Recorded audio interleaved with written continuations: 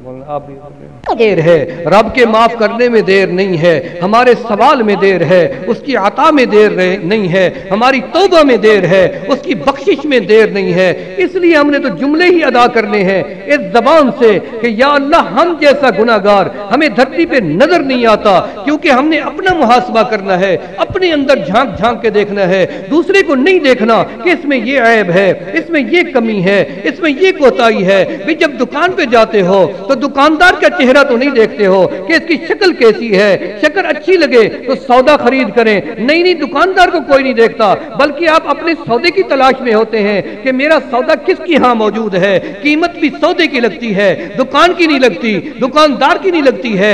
جو مطلب کی چیز ہے وہ جتنی بھی قیمتی ہو، جو ضرورت کی چیز ہے وہ جتنی بھی قیمتی ہو، ہم لے کے ہی چھوڑتے ہیں۔ بھئی آپ کسی کی شکل کو نہ دیکھیں، آپ اپنے سودے کو دیکھیں، آپ کو جہاں سے ملتا ہے اس سودے کو خرید لیں، کیونکہ آپ اس کے ضرورت مند ہیں۔ ہمیں چاہیے وہ سودا، ان میں سے جس سے بھی آپ کو نسبت مل سکتی ہے، جس سے مل چکی ہے، میں آپ کو مبارک دیتا ہوں۔ آپ کی صحبت، آپ کی نسبت کاملین کے ساتھ رب نے جوڑی ہے۔ یہ وہ لوگ ہیں جن کی وجہ سے اللہ نے دنیا کے دھرتی کے نظام کو بچایا ہے، چلایا ہے۔ حضرت لاہوری رحمت اللہ علیہ فرماتے تھے کہ مالک سب کا ایک، مالک کا کوئی ایک، لاکھوں میں ملتا نہیں، کروڑوں میں جا کے دیکھ، وہ کروڑوں میں بھی اب نہیں ملتے ہیں۔ یہ شاد و نادر، یہ ہیرے، یہ ایسے بادشاہ ہیں تصوف کے، سلوک کے، درویشوں کے، جو آپ کی نگاہوں کے سامنے اللہ لے کے آئے ہیں۔ ایک جنتی کا چہرہ دیکھ لینا جنت میں داخلے کا ذریعہ بنے گا۔ یا اتنی اللہ والوں کا اجتماع ہو، یہاں آنے والا قریب سے دور سے کوئی بھی محروم نہیں جاتا ہے۔ یاد رکھو ایک بندہ ایسے کھڑا ہوگا باہر کنارے پر، اور اللہ پاک فرمائیں گے فرشتوں سے کیا تم میری رپورٹ لائے ہو؟ یا اللہ اندر مسجد میں دیکھا، صحن میں بھی دیکھا، باہر بھی دیکھا، یہ تو سارے آپ کی رضا کے طالب تھے، یہ تو ذکر و فکر میں تھے، لیکن کچھ لوگ ایسے بھی تھے جو صرف ان کو دیکھنے آئے۔ یا اللہ جو ان سے کام دنیاوی لے کے آئے، ان کے بارے میں آپ کا کیا حکم ہے؟ اللہ فرمائیں گے جو میری رضا کے لیے آئے میں ان سے بھی راضی ہوں، جو ان کے ملنے آئے میں ان سے بھی راضی ہوں۔ احب الصالحین ولست منہم، ہم ان اللہ والوں سے محبت کرتے ہیں، ہم اللہ والے، اللہ ہمیں اپنا بنائے، اللہ وہ نسبت جو ان کو عطا کر چکے ہیں آپ کو ہمیں نصیب فرمائے۔ آپ کو کیا پتہ ہے ان کی محنتوں کا کہ انہوں نے کتنی محنتیں کر رکھی ہیں۔ کوئی رات عبادت سے خالی نہیں، کوئی دن خالی نہیں جب تبلیغ نہ ہوتی ہو، دعوت نہ دی جاتی ہو، مخلوق خدا کا رشتہ خالق سے نہ جوڑا جاتا ہو، کوئی ذاتی مقصد نہیں، مخلوق کے یہ روحانیت کا سارا یہ جو پہاڑ ہے یہ اسی ایک حدیث کے اوپر کھڑا ہوا ہے۔ یاد رکھنا ہمارے تصوف کا، سلوک کا، سلاسل کا سارا نچوڑ ایک حدیث ہے۔ اگر یہ نہ ہوتی تو حضرت مولانا علی المرتضیٰ سے رحمت اللہ علیہ نے ہمیں بتایا کہ کچھ بھی نہیں تھا تصوف، کچھ بھی نہیں تھا، کوئی یہ طریقت نہیں تھی، کچھ بھی نہیں تھا۔ ایک حدیث یہ نہ ہوتی جس کے سہارے پہ اللہ تعالیٰ اس جماعت کو چلا رہا ہے۔ چلا کیا رہا ہے؟ اللہ تعالیٰ نے پروان چڑھا دیا اس جماعت کو۔ دنیا کا کوئی ملک اور کوئی خطہ ایسا نہیں ہے جہاں آپ کو ذاکرین کی جماعت نظر نہ آئے، ذاکرین کی جماعت۔ اس فقیر کو ایک موقع ملا مدینہ طیبہ میں، حضرت عبداللہ حبشی ایک شام کے حبشے کے بزرگ تھے، 100 سال کے قریب عمر تھی۔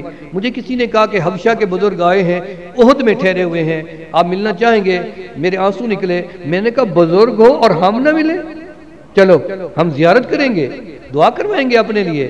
جب ہم وہاں پہنچے آپ حیران ہوں گے، ابھی گاڑی رکی تھی کہ ایک شخص نے دروازہ کھول دیا، ابھی ہم اترے ہی نہیں دروازے سے، دروازہ کھول دیا، دھوتی بندھی ہوئی تھی اور ان کا کرتا جسم پہ نہیں تھا، تو ہنس رہے تھے اور ہمیں آ کے گلے لگایا اور ہمیں اوپر منزل پہ لے گئے۔ ہم نے سمجھا کوئی جیسے چوکیدار ہوتا ہے دروازہ کھولنے والا۔ جب ہم اوپر پہنچے تو پورا کمرہ حال عرب کے مشائخ سے، مدینہ طیبہ کے اہل مدینہ سے بھرا ہوا تھا، اور ہر بندے کے ہاتھ میں چھوٹا ٹیپ تھا۔ تو ایک جانماز رکھی ہوئی تھی، وہ جو بندہ ہمیں نیچے سے اوپر لے کے گیا وہ تو خود ہی وہی بزرگ تھے، اور وہ جا کے اپنی گدی پہ بیٹھ گئے۔ میں اتنی حیران ہوا کہ یہ بزرگ ننگے پاؤں نیچے اتر کے آئے، ہمیں لے کے گئے اور مجھے بھی ساتھ بٹھا لیا اپنے ساتھ۔ جب میں نے ان کی شکل دیکھی، صرف میں آپ کو وہ بتانا چاہتا ہوں کہ ان کے آنسو یہاں سے نکل رہے تھے، آنکھوں سے آنسو، اللہ اکبر، بات بھی کرتے جاتے تھے اور روتے بھی جاتے تھے، اور ان آنسوؤں سے ان کی ایسی نالیاں پڑ گئی تھی، جھریاں نہیں، نالیاں، یہاں سے لے کے ہونٹ تک ادھر بھی نالیاں تھی، وہ آنسو گرتا اور نالی میں چل غائب ہو جاتا، نظر بھی نہیں آتا، اور نیچے سوراخ سے نیچے آ پڑتا تھا۔ وہ رب کے عشق میں کتنی روتے ہوں گے کہ جن کے چہرے گواہی دے رہے تھے۔ یہ اللہ کے بندے ہیں، اللہ نے آپ کو موقع نصیب فرمایا ہے کہ آپ ان کی زیارت بھی کر رہے ہیں، تو گناہوں کی توبہ ہونی چاہیے نہیں ہونی چاہیے؟ جی، ہر گناہ کی توبہ ہو یا نہ ہو؟ جی، تو اس لیے ہم تو کل سے موجود ہیں، کوئی گناہ تو نہیں کیا، کتنی بڑا فائدہ ہوا، کل سے موجود ہیں، گناہ کوئی نہیں ہوا، بد نظری نہیں ہوئی، ٹھیک ہے، جھوٹ نہیں بول سکے، ہیر پھیر نہیں کر سکے، تہمت نہیں لگا سکے، جھگڑا نہیں کر سکے، یعنی سر سے لے کے پاؤں تک سب اعضاء میں سے کسی عضو نے کوئی گناہ نہیں کیا۔ یہ کوئی تھوڑی نعمت ہے کہ 24 گھنٹے ہم بغیر گناہوں کے تو بندہ صرف جنت میں جا کے رہے گا جہاں کوئی گناہ بھی نہیں ہوگا۔ تو یہ مجلس کوئی جنت سے کم ہے؟ نبی علیہ السلام نے فرمایا اذا مررتم بریاض الجنت فرتعوا، اے میرے صحابہ جب تم جنت کے باغات سے گزرو تو کھا پی لیا کرو، یہ وہ جنت کا باغ ہے۔ فرمایا وہ کیا ہے جنت کا باغ؟ فرمایا حلق الذکر، وہ جنت کے باغ یہی ہیں، حلقہ ذکر جہاں لگتے ہیں وہ جنت کے باغ ہیں، یہ جنت کا باغ ہے جہاں آپ جمع ہیں۔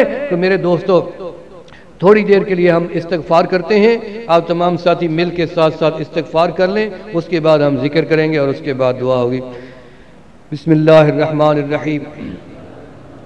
استغفر اللہ استغفر اللہ استغفر اللہ استغفر اللہ تعالی ربی من کل ذنب واتوب الیہ۔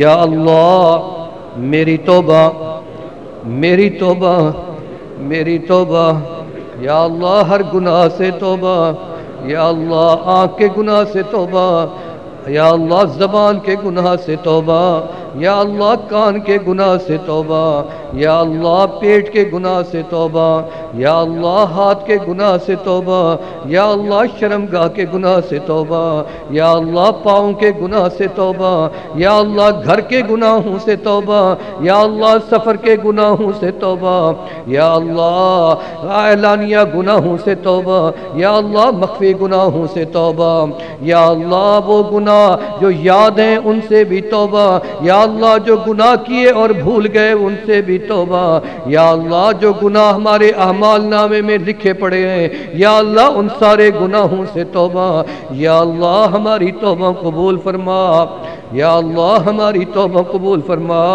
یا اللہ ہماری توبہ قبول فرما، یا اللہ قبولیت کے بعد ہمیں گناہوں سے خود بچا۔ جن مستورات نے توبہ کی ہے یا اللہ، جن مردوں نے توبہ کی ہے، بڑوں نے توبہ کی ہے، ہم سب توبہ کے طالب ہیں، ہماری ہر بات کا خلاصہ توبہ ہی ہے۔ جب بھی آپ کسی مرشد کے ہاتھ پہ بیعت کریں گے سب سے پہلے وہ آپ سے تجدید ایمان کی یہی کروائے گا کہ آپ پہلے توبہ کریں۔ حضرت مدنی رحمت اللہ علیہ جب تک کسی خلاف شریعت انسان سے یہ وعدہ نہ لے لیتے کہ آپ شرعی لباس نہیں پہنو گے اور اسلامی شکل نہیں بناؤ گے، اس وقت تک میں تمہاری بیعت بھی نہیں لیتا، یہ وعدہ لیتے تھے حضرت مدنی رحمت اللہ علیہ۔ بیٹھے ہوئے اکابر پوچھ رہے ہیں، داڑھی والا داڑھی نہیں ہے بیعت ہونے کا کہتا، حضرت فرماتے پہلے وعدہ کرو میں داڑھی رکھوں گا پھر میں بیعت کرتا ہوں، میں اتنی بڑی نسبت نااہل کو کیوں دے دوں؟ یہ مدینے کی نسبت ہے، یہ کملی والے کی نسبت ہے۔ یہ بجلی یہاں پیدا نہیں ہوتی، یہ بجلی، یہ انوارات تو روضہ رسول اللہ سے آ رہے ہیں جو پوری دنیا کو روشن و منور کرتے چلے جا رہے ہیں۔ تو فرمایا میں وعدہ لوں گا پینٹ والے سے، ٹائی لگانے والے سے، الٹے بال رکھنے والے سے، میں اس سے وعدہ لوں گا جو سگریٹ پیتا ہے، جو حقہ پیتا ہے، جو شراب پیتا ہے، جو زنا کرتا ہے، جو ہیر پھیر کرتا ہے، جو مکاری کرتا ہے، جو ظلم کرتا ہے، جو جھوٹ بولتا ہے، جو طرح طرح کی غلطیاں کرتا ہے، میں ان سب سے وعدہ لوں گا کہ ہر گناہ سے توبہ کرے گا اور سچی توبہ کرے گا تو میں بیعت لیتا ہوں، وگرنہ میں بیعت نہیں لیتا۔ تو میں نے ان گناہگار آنکھوں سے دیکھا کہ میرے مرشد کے ہاتھ پہ 10-10 ہزار انسانوں نے ایک ہی مجلس میں توبہ کی ہے اور بیعت ہوئے۔ تو یہ توبہ ہے جو ہم نے کی ہے۔ اللہ رب العالمین ہماری توبہ قبول فرمائے اور اس سے ہمیں استقامت نصیب فرمائے۔ تو میرے دوستو ایک دفعہ یہاں پہ آپ نے بیان سنا تھا ہمارے بزرگوں کا، انہوں نے کہا کوئی آدمی یہ کہے کہ 100 بسکٹ ہے تو ایک بسکٹ جو ہے اس میں زہر والا ہے، لیکن 99 بسکٹ جو ہیں وہ بالکل صاف ہیں، اب مرضی ہے تو سارے کھا لیں۔ جب ایک کی بات آئے گی تو بندہ 99 بسکٹ کو ہاتھ نہیں لگائے گا، شاید وہ زہر والا بسکٹ میرے اندر نہ چلا جائے اور میں ہلاک نہ ہو جاؤں۔ لہذا فرمایا چاہے آپ 99 نیکی کر رہے ہیں اور ایک گناہ کر لیا کہ چلو کچھ نہیں ہوتا، تو یہ 99 نیکیاں بھی ضائع ہو سکتی ہیں، کیونکہ گناہ نیکیوں کو کھا جاتے ہیں اور نیکیاں گناہوں کو کھا جاتی ہیں۔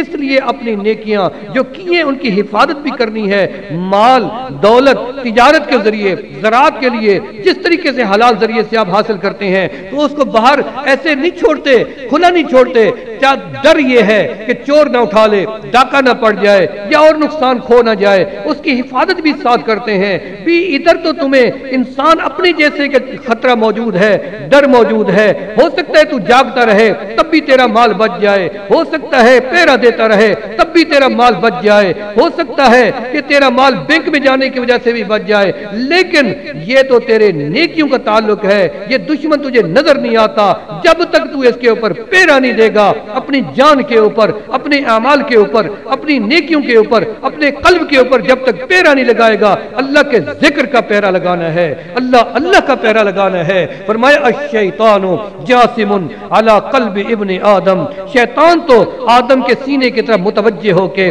منہ لگا کے بیٹھتا ہے کہ جب یہ غافل ہوتا ہے، اذا غفل وسوسہ، جب یہ غافل پڑتا ہے یہ اندر وسوسے ڈالتا ہے، شیخ کے لیے بدگمانی، بزرگ کے لیے بدگمانی، عالم کے لیے بدگمانی، مقام کے لیے بدگمانی، اس کا عیب پڑی جب اپنے گناہوں پر نظر تو نگاہ میں کوئی برا نہ رہا۔ ابھی تک تو اپنے گناہ دیکھے نہیں ہیں، ادھر ادھر کیوں ڈھونڈتے ہیں؟ اپنے اندر محاسبہ کرنا ہے۔ شیطان ایسے نگاہ ڈال کے بیٹھتا ہے اس کے اندر کہ جب دیکھتا ہے کہ یہ کوٹھا کھلا پڑا ہے، کوئی چوکیدار نہیں ہے، حصار اس نے باندھا نہیں ہے، ذکر اس نے کیا نہیں ہے، رب کا نام اس نے لیا نہیں ہے، دروازہ کھلا پڑا ہے، اس کو آسانی سے موقع ملا، اس کمرے میں داخل ہو گیا، جو کچھ تو نے اندر رکھا تھا یہ لوٹ کے تیری سلطنت کو اجاڑ کے تیری نیکیوں کو کھا کے شیطان نکل جاتا ہے، تیری کی محنت کو ساری ختم کر کے نکل جاتا ہے۔ تو میرے عزیز، میرے بھائی، فقیروں، اللہ کے بندوں، ذاکرین کی جماعت، آپ غور کرو، نیکی کرنی ہے، اس کی حفاظت کرنی ہے۔ نیکی کو بچانا نماز کے ذریعے نیکی بچ جاتی ہے، صداقت کے ذریعے بچ جاتی ہے، امانت دیانت کے ذریعے بچ جاتی ہے۔ ہر نیکی تمہاری ایک دوسری نیکی کا تحفظ کرتی ہے، ایک نماز دوسری نماز کا تحفظ کرتی ہے، ایک حج دوسرے حج کا تحفظ کرتا ہے، ایک عید دوسری عید کا تحفظ کرتی ہے، ایک جمعہ دوسرے جمعہ کا تحفظ کرتا ہے، ایک نماز دوسری نماز کا تحفظ کرتی ہے، ایک اجتماع مسکین پر کا دوسرے اجتماع تک بندے کا نیکیوں کا تحفظ کرتا ہے۔ آنا جانا بیکار نہیں ہے۔ اب یہ نہ سمجھے ہم اتنی دور سے چلے، کس لیے اللہ لے کے آیا ہے؟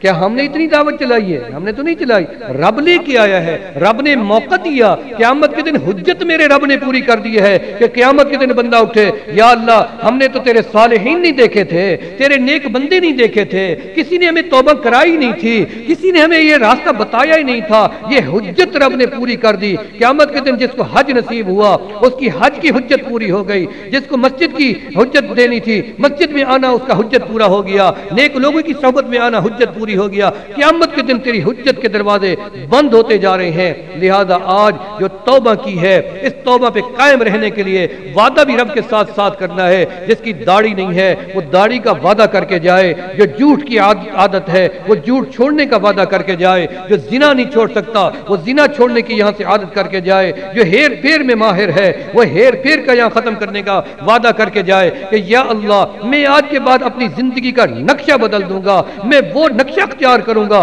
جو بڑوں نے کیا، اکابر نے کیا، تیرے نبی علیہ السلام کی جماعت نے کیا، ہمارے بزرگوں نے کیا، صحابہ کرام نے کیا، اہل بیت اعظام نے کیا، نبی علیہ السلام نے کیا، تمام انبیاء نے کیا، جن لوگوں سے تو راضی ہوا اور انعام یافتہ جماعت قرار دیا، یا اللہ مجھے بھی ان کے نقش قدم پر چلا تاکہ میں تیری کسی نعمت سے محروم نہ جاؤں۔ سمجھ آ رہی ہے بات آپ کو؟ وعدہ کیا ہے، زندگی کا رخ بدلیں گے نہیں بدلیں گے؟ اللہ کے گھر میں وعدہ کیا ہے نا، اللہ کے سامنے وعدہ کیا ہے، لہذا بات زبان سے اقرار کروانا تو ہمارے ذمے ہے، دلوں کو بدلنا اور موڑنا اور قائم رکھنا توبہ کے اوپر، یہ تو ہمارے رب کے کام میں ہے۔ لہذا چند گزارشات تھیں جس فقیر نے آپ کے سامنے پیش کی ہیں، اب تھوڑی دیر کے لیے اللہ کا ذکر کر لیں، اس کے بعد میں گزارش کروں گا حضرت سے کہ وہ دعا فرمائیں گے۔ تمام ساتھی مراقبہ کر لیں۔ یہ نقش بندی سلسلہ ہے، خواجہ بہاؤالدین نقش بند رحمۃ اللہ علیہ کے ذریعے سے ہمارے تک پہنچا ہے۔ اللہ پاک نے ان کو وہ نسبت، وہ مقام دیا تھا کہ وہ اللہ کے بندوں کے سینے پہ انگلی رکھتے تھے اور ان کے مردہ دل زندہ ہو جاتے تھے، غافل دل بیدار ہو جاتے تھے، اور ان کی دل کی ہر دھڑکن میں آواز آتی تھی اللہ اللہ اللہ اللہ اللہ اللہ اللہ اللہ